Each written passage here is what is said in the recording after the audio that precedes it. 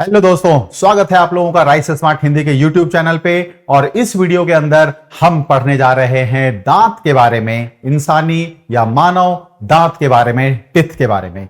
ऐसे सारी इंफॉर्मेशन आपको इस एक वीडियो में मिलने वाली है जो आपके आने वाले एसएससी की किसी भी एग्जाम्स के लिए काफी इंपॉर्टेंट, महत्वपूर्ण होने वाला है। तो अंत तक इस वीडियो में बने रहें और ध्यान से हर एक चीज को देखें और समझें। तो शुरू करते हैं हम आपकी आज की वीडियो। और पहला पार्ट जो हमारा, पहली स्लाइड जो हमारे सामने है वो क्या है कि पार्ट्स ऑफ टिथ, हमारे दांतों के कितने हिस्से होते हैं। तो दांतों का सबसे ऊपर वाला हिस्सा जो हम और आप देखते हैं वो है सफेद रंग का, ये सफेद वाला हिस्सा, और इसे हम कहते हैं एनामेल। तो ये जो आपका सफेद वाला हिस्सा है इसे हम किस नाम से जानते हैं? Enamel. Enamel biologically hardest known material है, यानी जीवित जीवों में सबसे कठोर पदार्थ की अगर हम बात करें तो वो होता है एनामेल। तो समझ जाओ, ऊपर वाले ने आपको सबसे कठोर यानी कि कठोरतम पदार्थ से बनाई गई दांत उपहार स्वरूप दिया गया है। और इसे बचाने के लिए आपको करना क्या होगा? कोल्ड ड्रिंक से, चाय से, कॉफी से, इन सब चीजों से तो डेफिनेटली दूर रहिए, तो आपके दांत लंबे समय तक मजबूत बने रहेंगे। ठीक है, तो एनामेल बना होता है कैल्शियम फॉस्फेट का। एनामेल के नीचे आए तो थोड़ा सा येलोइश कलर का होता है जिसे हम कहते हैं डेंटाइन। यहां बहुत हल्की हल्की सेंसिटिविटी होती है, यानी अगर दांतों में कैविटीज बनने लगते हैं, दांतों की सड़न अगर शुरू होती है और अगर सड़न शुरू होते होते डेंटाइन को टच करता है तो हमें थोड़ी बहुत सेंसिटिविटी, दांतों में झनझनाहट ऐसी महसूस होने लगती है। फिर अब आगे और नीचे के हिस्से की तरफ देखें तो सबसे ऊपर की तरफ हमारा है एनामेल, उसके बाद है डेंटाइन, और उसके नीचे अगर हम आए तो अब हमारा है तीसरे नंबर पे ये पल्प। और इसी पल्प के अंदर ये जो आप देख रहे हैं तो वो ब्लड सप्लाई या फिर जो नर्व्स हमारे हैं वो सभी इसी पल्प के अंदर होते हैं। तो अगर ये डेंटल कैरीज यानी कि दांतों का सड़न बढ़ता बढ़ता जब इस पल्प को टच कर जाता है तब हमारे दांतों की सेंसिटिविटी एकदम एक्सट्रीम लेवल पे आ जाती है, यानी बहुत तेज झंझनाहट महसूस होती है। ऐसा लग रहा है किसी ने तेज चमाटा मारा हो अगर आप कोई ठंडी चीज या गर्म चीज खाते हैं तो। ठीक है, तो समझ जाइए एक छोटी सी दांत की छेद हमें अपने स्वादिष्ट खाने से दूर कर सकती है।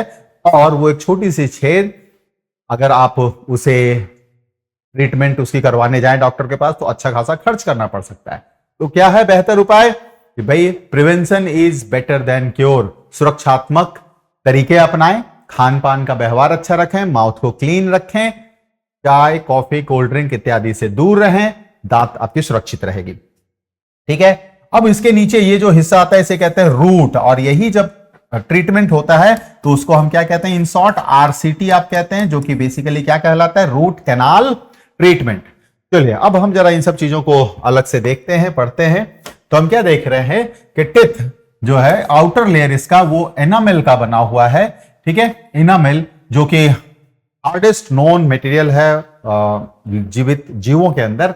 और केमिकल नेचर अगर हम इसका देखें तो ये कैल्शियम फॉस्फेट का बना होता है, जिसका फॉर्मूला आपके सामने है CA3PO4 का होल ट्वाइस। ठीक है, अब ये कैल्शियम फॉस्फेट का रिजर्वॉयर यानी हमारे अंदर ये स्टोर्ड किस फॉर्म में रहता है? तो ये कैल्शियम हाइड्रोक्सी एपेटाइट के रूप में रहता है। तो अगर कभी ऑप्शन में आपको ये मिले calcium hydroxyapatite instead of calcium phosphate, यानी कैल्शियम फॉस्फेट की जगह अगर आपको कैल्शियम हाइड्रोक्सी एपेटाइट लिखा हुआ मिले तो कंफ्यूज मत होना, यही आपका सही आंसर बनेगा। हमारे जो दांत के प्रकार है अगर उसकी बात करें तो हमारा दांत जो है वो थिकोडोंट है। थिकोडोंट का मतलब ये सॉकेट हुआ, इसमें ये दांत हमारा अंदर की तरफ ऐसे जाके फंसा हुआ है। तो दांत का एक बहुत बड़ा हिस्सा मसूड़ों के अंदर रहता है, गम्स के अंदर रहता है, और फिर दांत का एक हिस्सा गम्स के बाहर रहता है। ठीक है, तो दांत के ऐसे रचना के लिए जो टर्म हम यूज करते हैं उसे कहते हैं थिकोडोंट, यानी गर्त दंती। दूसरी बात अगर हम करें तो हमारा दांत जो है वो डाइफायोडोंट होता है। हम इंसानी दांतों की बात कर रहे हैं तो डाइफायोडोंट होता है, यानी दुई बार दंती। मतलब जिंदगी में हमें हमारे दांत 2 बार मिलते हैं। ठीक है, 2 बार, एक जन्म से जिसे हम प्राइमरी टिथ या डेसिडुअस टिथ या मिल्क टिथ यानी दूध का दांत कहते हैं। फिर जब वो रिप्लेस होता है और दूसरा सेट जो दांत का हमें मिलता है उसे हम सेकेंडरी टिथ या फिर एडल्ट टिथ या फिर परमानेंट टिथ यानी अस्थाई दांत के तौर पर जानते हैं।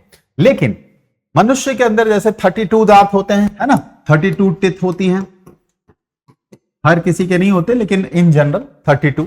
तो इस 32 के क्या 32 दांत हमें 2 बार मिलते हैं? जी नहीं, सारे 32 के 32 दांत हमें जीवन में 2 बार नहीं मिलते। तो कितने दांत हमें 2 बार मिलते हैं? कौन कौन से दांत हमें 2 बार मिलते हैं और कौन कौन से ऐसे दांत हैं जो हमें सिर्फ जीवन में 1 बार मिलते हैं? इन सब को जानने के लिए अभी आप हमारे साथ बने रहिए। चलिए भाई, तो अब ये कह रहा है फर्स्ट सेट यानी जन्म के बाद बच्चे की जो दांत आती है हम उसे मिल्क टिथ या टेम्पररी टिथ या डेसिडुअस टिथ के नाम से जानते हैं, यानी दूधिया दांत या पर्णपाती दांत।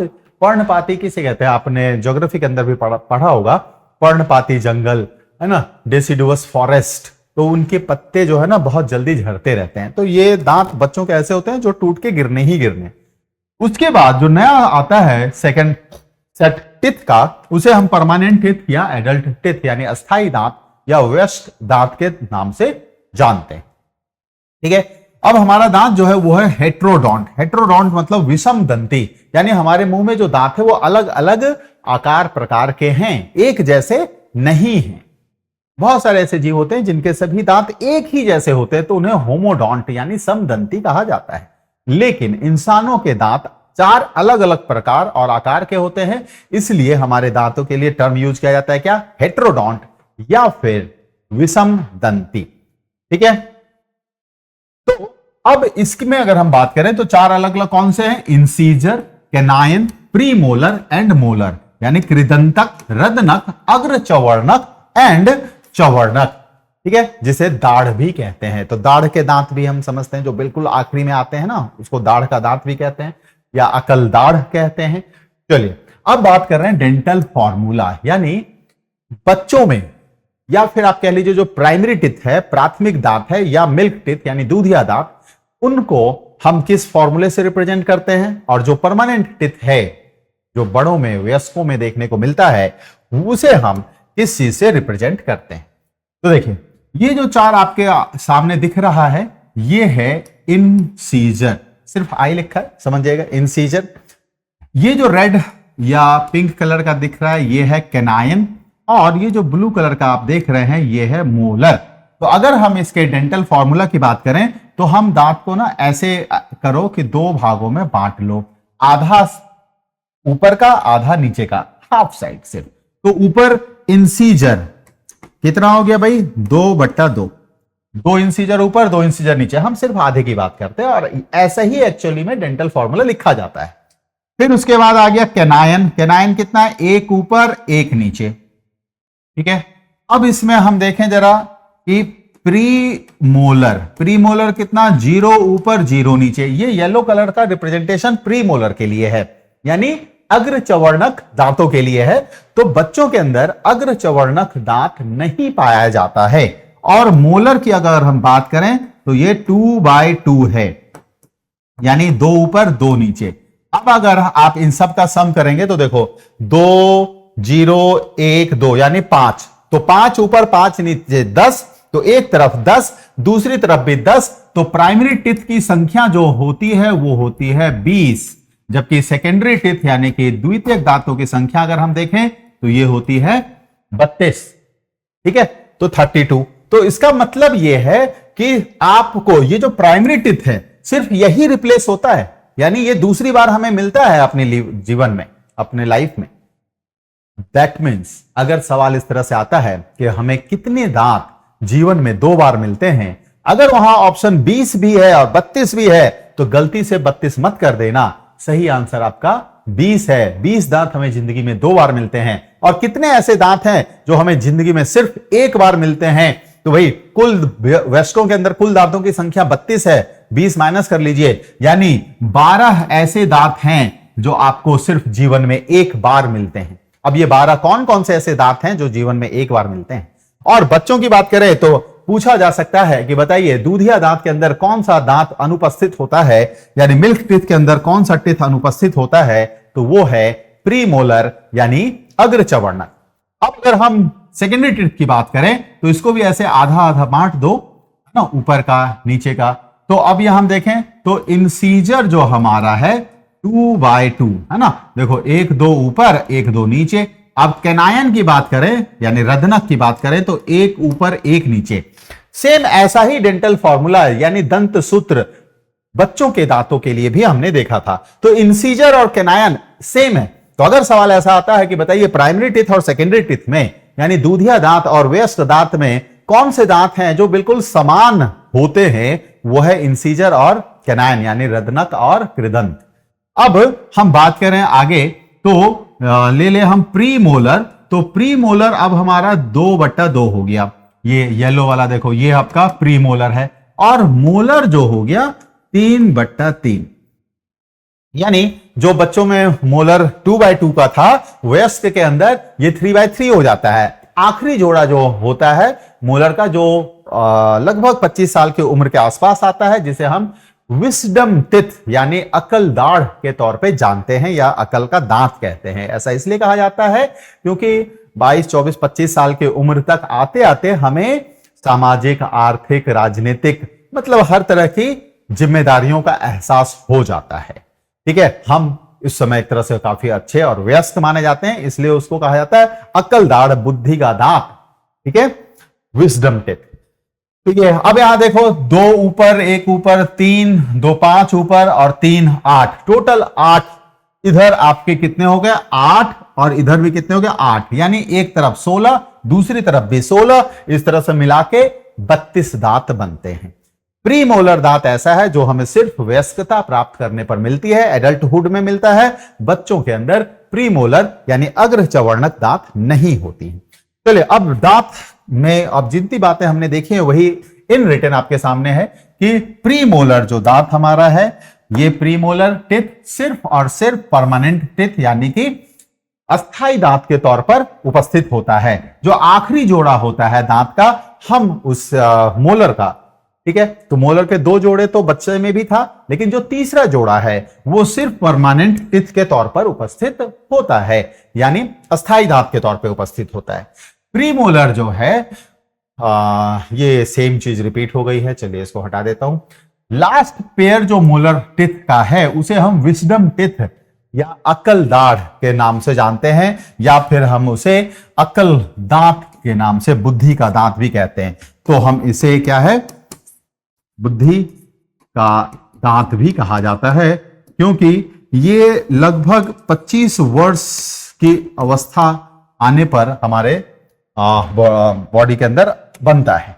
तो 25 वर्ष की अवस्था आने के बाद बनता है, तो उस समय तक हमें हर तरह की बुद्धि आ जाती है कि पारिवारिक जिम्मेदारी हमारी क्या है, समाज के प्रति हमारी क्या जिम्मेदारी है, इस राष्ट्र के प्रति हमारी क्या जिम्मेदारी है। ठीक है, तो उन जिम्मेदारियों को समझ भी लेते हैं, निभाने की तैयारी में भी लगे होते हैं। ओके, चलिए भाई नेक्स्ट जो अपर कैनायन है यानी ऊपर के कैनायन, ये ठीक हमारे आंखों के नीचे होते हैं। जैसे वैम्पायर्स वगैरह को देखा ना, वैम्पायर उसके दांत जो होते हैं खून पीने वाले, आंखों के ठीक नीचे होते हैं, इसलिए इन्हें आई टिथ यानी नेत्र दांत के तौर पर भी जाना जाता है। इंसान के अंदर जो सबसे लंबी दांत होती है वो कैनायन है, लेकिन सबसे चौड़ी और मजबूत दांत जो होती है वो है मोलर।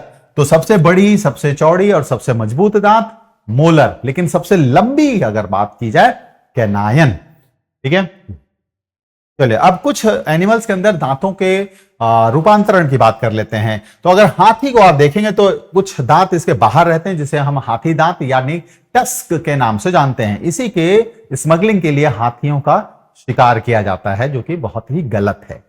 खैर, तो इन हाथी के जो ये दांत है वस्तुतः क्या हैं, तो ये आपके इंसीजर्स हैं, यानी ये जो हैं ये इंसीजर्स हैं। तो अगर सवाल आता है कि हाथी के जो दांत बाहर की तरफ हमें दिखते हैं वो कौन सा दांत है, तो ये इंसीजर है यानी कि कृदंतक।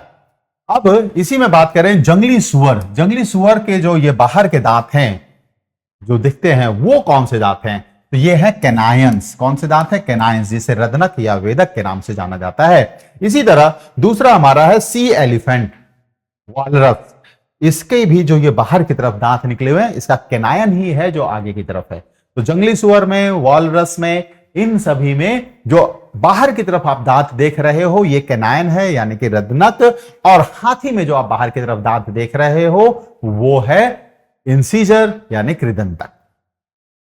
ठीक है, तो ये था हमारे दांतों के बारे में पूरी जानकारी। कैसी लगी ये वीडियो कमेंट करके जरूर बताइएगा, आपके कमेंट का इंतजार रहेगा। फिलहाल मैं आपसे लेता हूं इजाजत, जल्दी ही अगली एक और इंटरेस्टिंग वीडियो के साथ मिलूंगा, इंतजार जरूर कीजिएगा उस वीडियो को। नमस्कार।